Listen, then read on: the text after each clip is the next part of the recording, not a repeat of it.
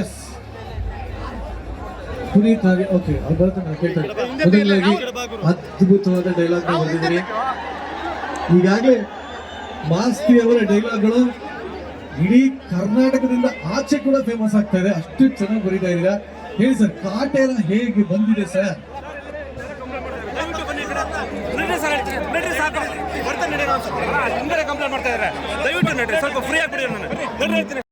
ಆ ಭೂಮಿ ಮೇಲೆ ಬೆವರು ಸುರಿಸೋ ರೈತನಿಗೆ ಒಪ್ಪತ್ ಬೆಲೆ ಕೂಡ ಬರ್ತಾ ಇಲ್ಲ ಅನ್ನೋ ದೊಡ್ಡ ವಿಪರ್ಯಾಸ.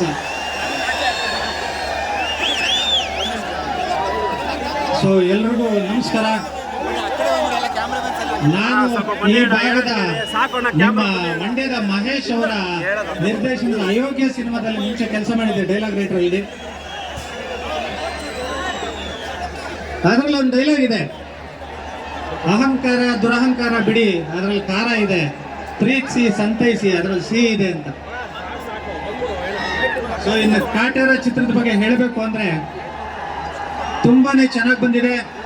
ಪ್ರತಿಯೊಂದು ಡೈಲಾಗು ನಿಮ್ಮ ಮೇಲೆ ಪ್ರೀತಿ, ನಮ್ಮ ದರ್ಶನ್ ಸರ್ ಮೇಲೆ ಅಭಿಮಾನದಿಂದ ತುಂಬಾ ಚೆನ್ನಾಗಿ ಬರ್ದಿದ್ದೀನಿ. ಸೊ ನಿಮ್ಮೆಲ್ಲರ ಪ್ರೀತಿ ವಿಶ್ವಾಸ ಇದೆ. 29ನೇ ತಾರೀಕು ತೆರೆ ಕಾಣ್ತಾ ಇದೆ. ಸೊ ಅದನ್ನ ನೋಡಿ ಹರಿಸ್ಬೇಕು. ಮತ್ತೆ ಎಲ್ಲಾದ್ರೂ ಕಾಟೇರ ಹೇಗ್ ಬಂದಿದೆ, ಕಾಟೇರ ಹೇಗ್ ಬಂದಿದೆ ಅಂತ ಕೇಳ್ತಾರೆ.